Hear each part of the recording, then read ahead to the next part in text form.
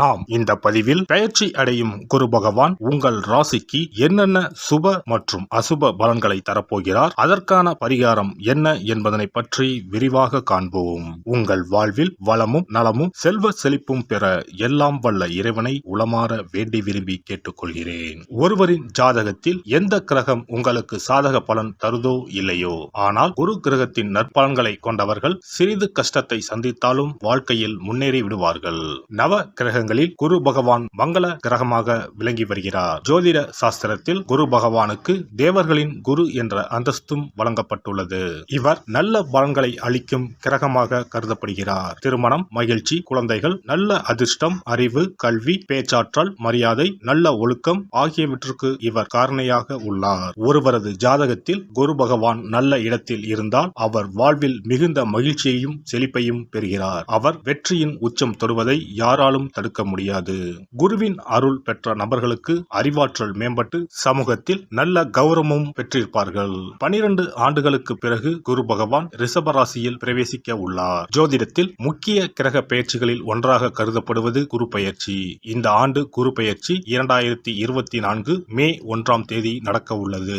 குருவின் அமைப்பும் குருவின் பார்வையும் எப்படிப்பட்ட பலனை அள்ளித்தரும் என்பதை தெரிந்து கொள்வோம். கால சக்கரத்தில் தனுசு, மீன ராசிகளுக்கு அதிபதியான குரு பகவான் தற்போது மேச ராசியில் சஞ்சாரம் செய்து வருகின்றார். இவர் 2024ஆம் ஆண்டு மே மாதம் 1ஆம் தேதி நண்பகல் 12:59 மேச ராசியில் உள்ள கிருத்திகை 1ஆம் பாதத்தில் இருந்து ரிஷப ராசியில் உள்ள கிருத்திகை 2ஆம் பாதத்திற்கு பெயர்ச்சியாக உள்ளார். குரு பெயர்ச்சி பெறும் ஸ்தானத்தை விட குருவின் 5, 7, 9ஆம் பார்வை பெறக்கூடிய ராசிகள் மிகவும் சிறப்பான பலன்களை பெற்றிடும் என்பது ஜோதிட விதி. 2024ஆம் ஆண்டில் நடக்கும் குரு பெயர்ச்சியின் தாக்கம் அனைத்து ராசிகளிலும் இருக்கும்.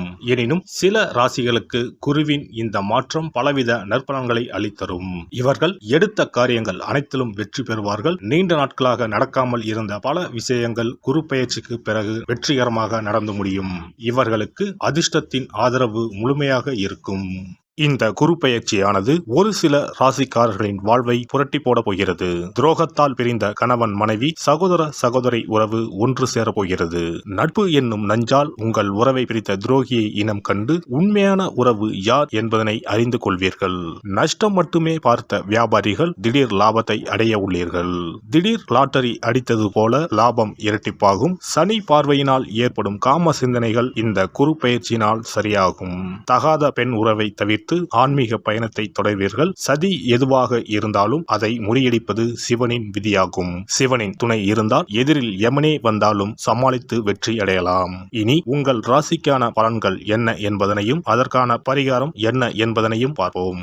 விருச்சிக ராசி அன்பர்களே, செவ்வாய் பகவானை ராசி அதிபதியாக கொண்ட உங்களுக்கு ராசிக்கு ருண ரோக சத்ருஸ்தானத்தில் பயணம் செய்யும் குரு பகவான் சித்திரை மாதம் முதல் உங்கள் ராசிக்கு 7ஆம் பாவமான திருமணம், வாழ்க்கை துணை, வெளிநாட்டு வாழ்க்கை, காதல் ஆகிய காரகங்களை குறிப்பிடும் ஸ்தானத்தில் பயணம் செய்ய போகிறார். குரு பகவானால் சுபகாரியம், திருமணம் நடைபெறும்.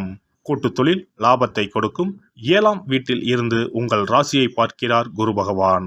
அர்த்தாஷ்டம சனியால் நீங்கள் பட்டப்பாடு கொஞ்சம் நஞ்சமல்ல. சோதனை மேல் சோதனை, போதுமடா சாமி என்று வேதனையை உருவாக்கிவிட்டது.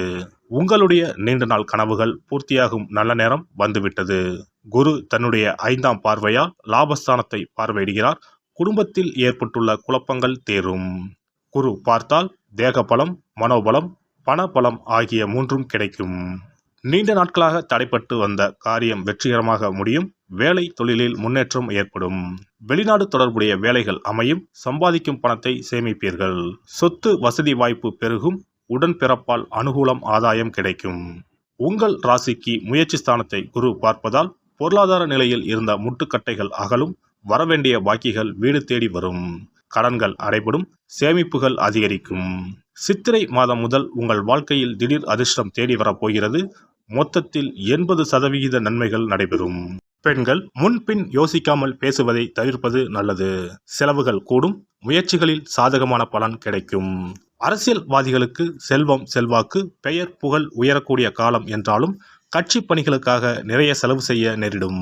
வெளியூர், வெளிநாடுகளுக்கு சுற்றுப்பயணம் மேற்கொள்வீர்கள். உடன் இருப்பவர்களால் சில பிரச்சனைகளை சந்திக்கக்கூடும் என்பதால் எதிலும் கவனம் தேவை.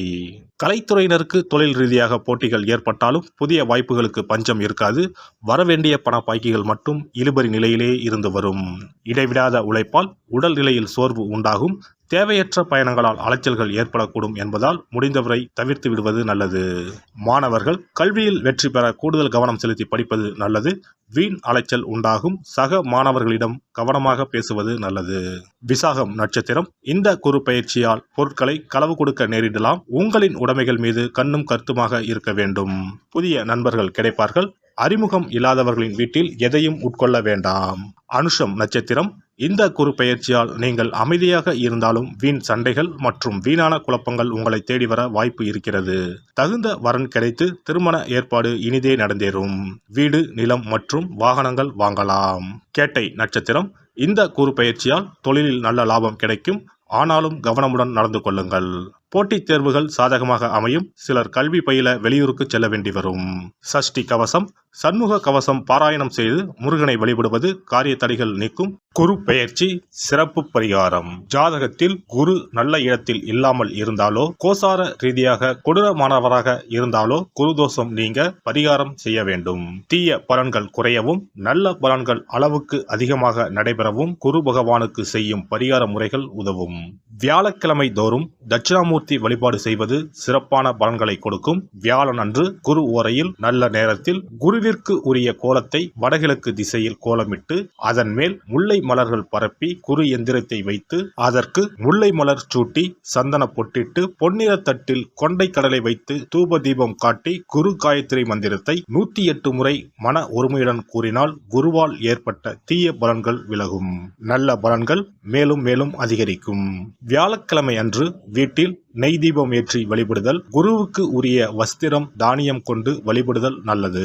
வியாழன் அன்று குரு பகவானுக்கு சிறப்பு அபிஷேகம் செய்து மஞ்சள் நிற ஆடை அணிவித்து புஷ்பராகம் வெண் முல்லை மலர்களால் அலங்கரித்து குருவுக்கு உரிய மூல மந்திரத்தினை ஓதி வணங்கி வர குரு கிரக தோஷம் நீங்கும்.